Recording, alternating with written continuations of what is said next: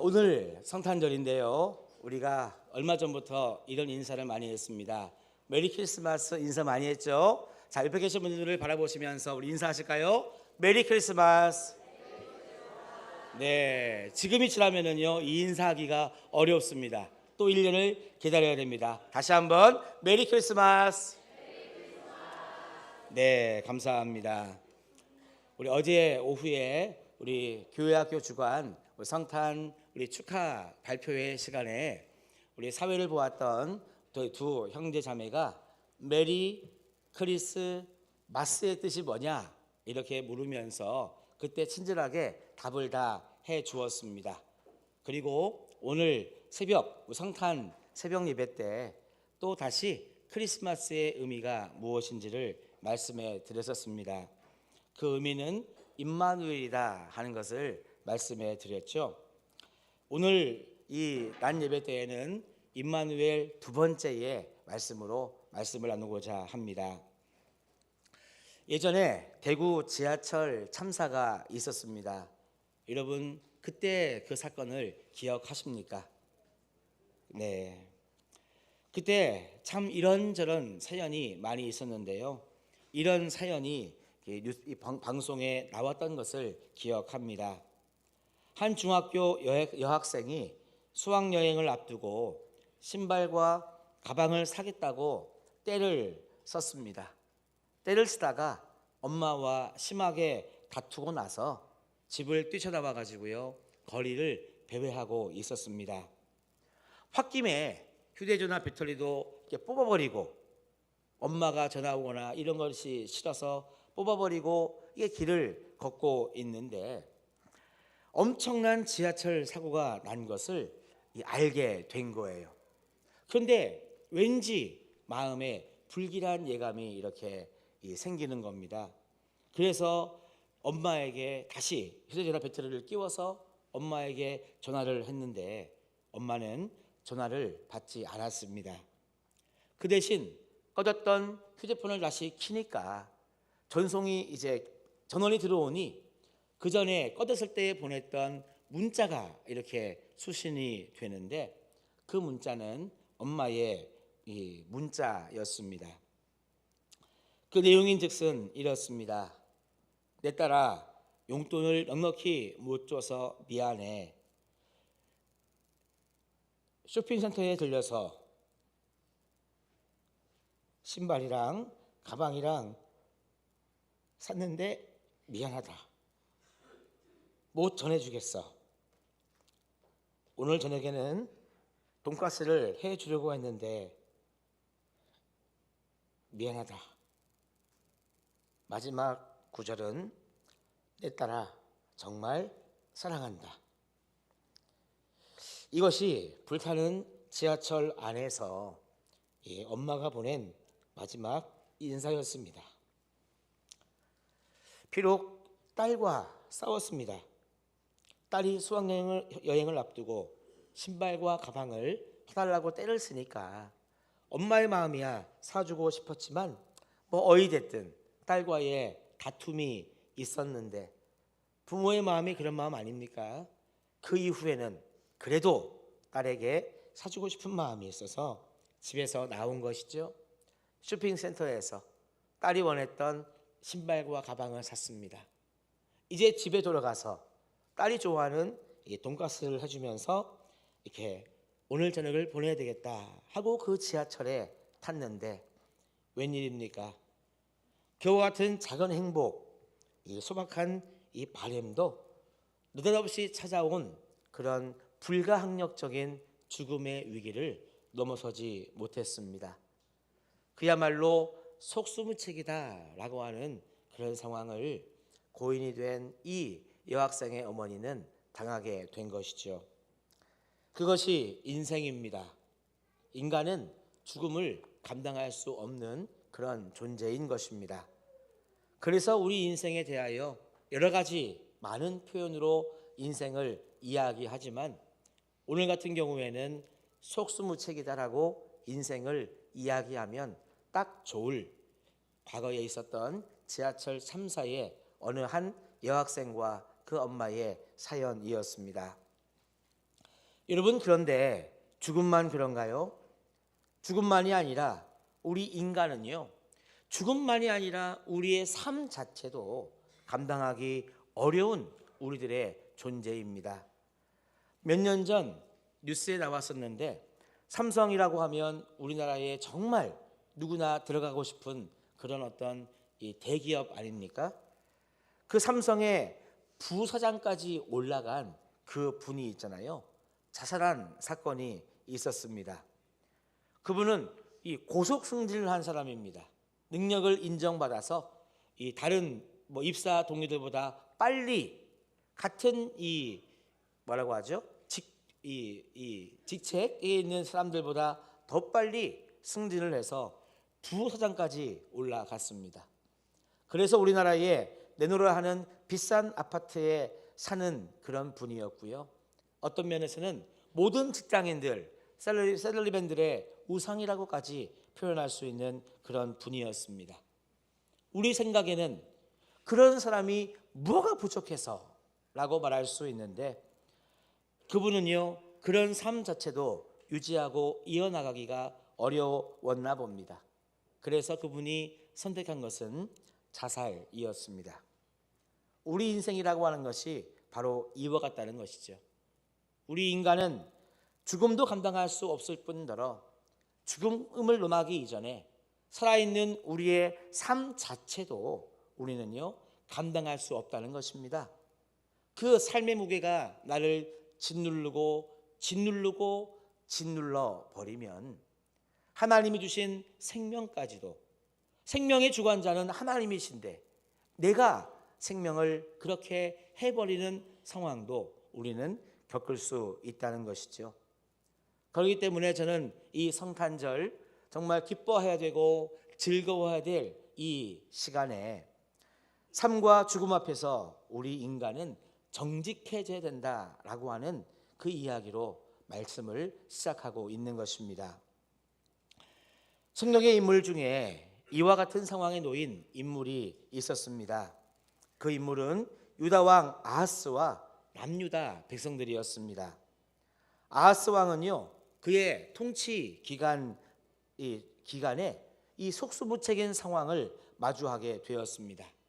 그것은 무엇이냐면 북이스라엘 사람들과 시리아가 이 연합을 이렇게 해가지고요, 이 남유다를 공격해 들어온 것입니다. 이것은 이 유다 왕 아하스 왕 혼자도 감당할 수 없을 뿐더러 우리 백성들도 이 전쟁은 감당하기 어려운 전쟁이었습니다. 그냥 우리 민족끼리 남유다 또 북이스라엘만 전쟁해도 우리 남유다가 불리한데, 그 와중에 시리아까지 연합을 해서 공격해 들어오니 이 군사력의 차이라고 하는 것이요, 조금 차이가 나야 어떻게 비교해 보지 엄청나게 여러분 이 차이가 나버리면은요, 이런 걸 뭐라고 합니까? 불보듯 뻔한 결과가 예상이 되는 것이죠.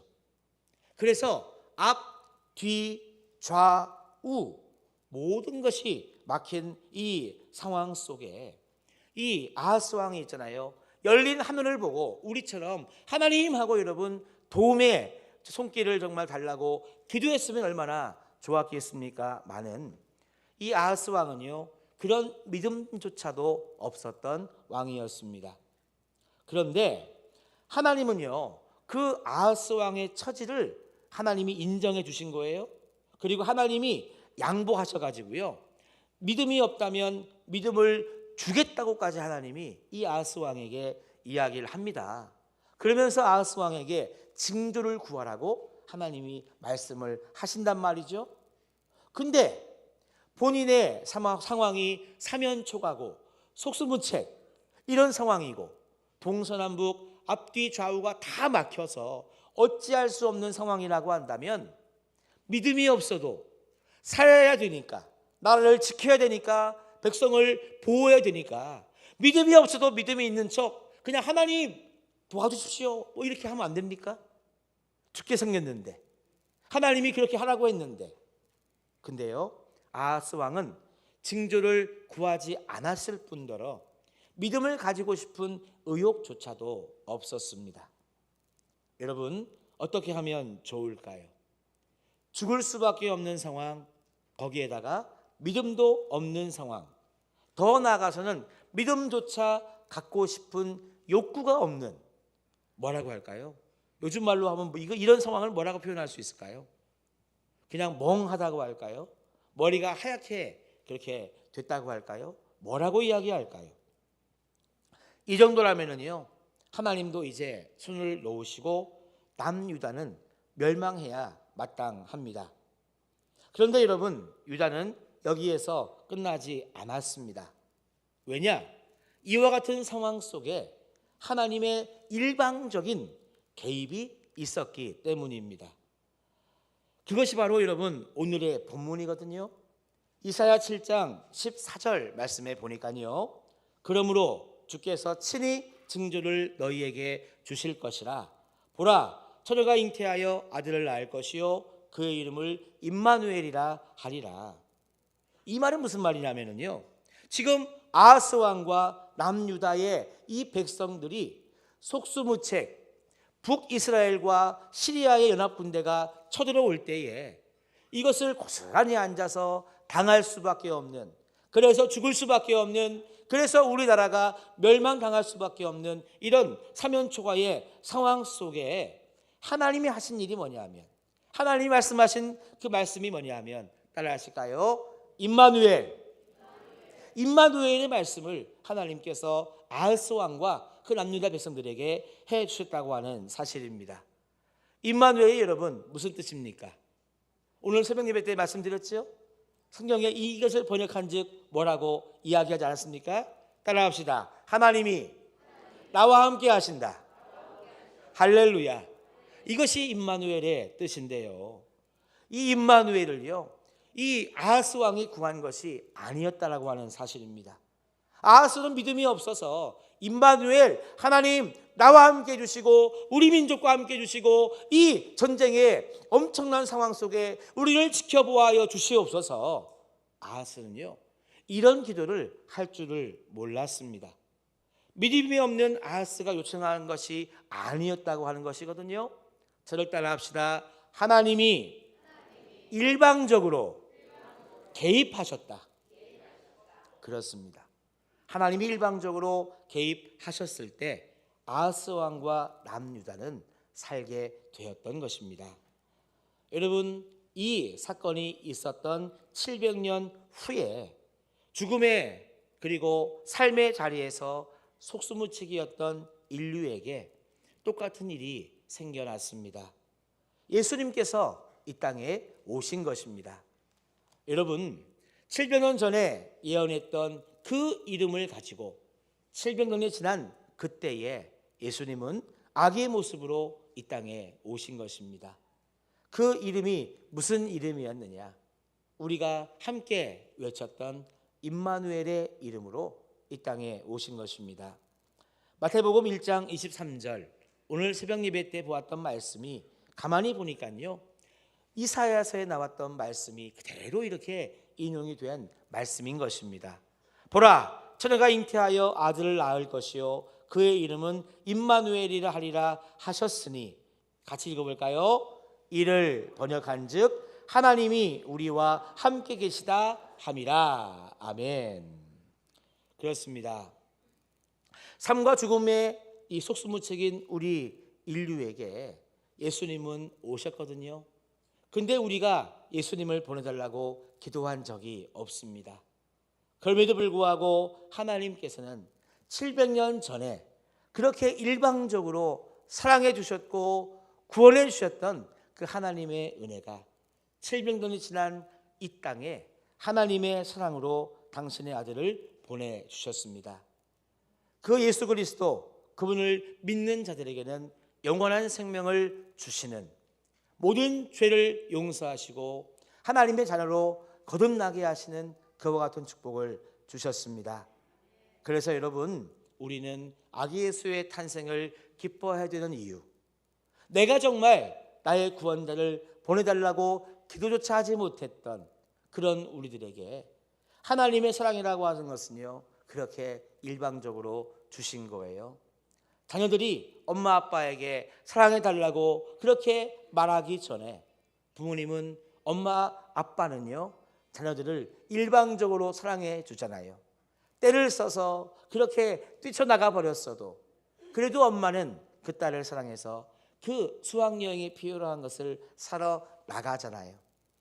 이와 같은 것이 우리들을 사랑하신 하나님의 사랑이요, 사랑받을 만한 자격이 없는데 그 사랑을 구하지조차 우리는 못했는데 우리를 먼저 사랑하시고 그렇게 일방적으로 사랑하셔서 우리를 구원하시기 위해 당신의 독생자를 보내주신 하나님의 사랑은 오늘 이 성탄절 아침에 빛나고 있는 것입니다.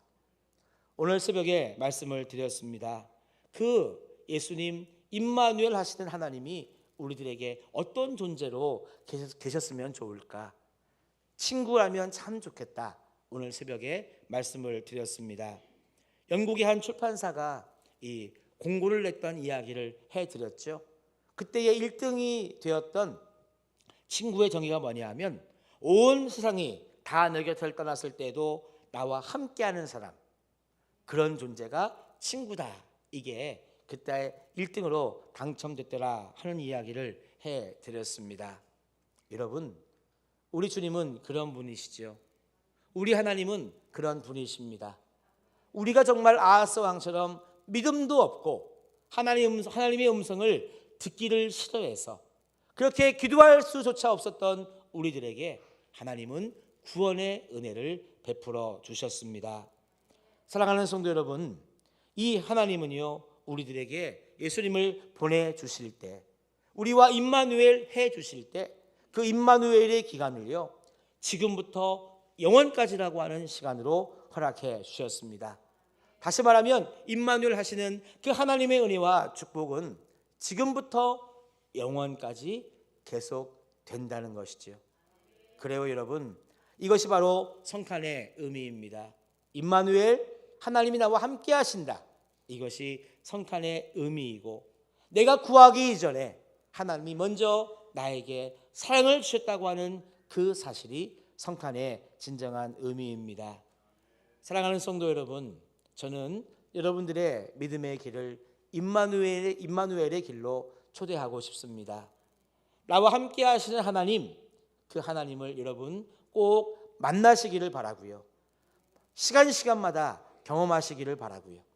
그래서 여러분, 나와 함께 하시는 하나님이 계심으로, 우리 예수님이 계심으로 그 손을 굳게 붙잡고 죽음조차 감당할 수 없고 삶의 무게조차 감당할 수 없는 우리가 하나님의 은혜로, 임마누엘 하시는 예수 그리스도의 은혜로 우리의 삶이 넉넉하게 사라지면서 마지막 천국까지도 바라보며 믿음의 길을 계속 이어나갈 수 있는 그 크신 임마누엘의 은혜가 우리 사랑하는 모든 성도님들 삶 속에 충만하기를 주님의 이름으로 축원합니다.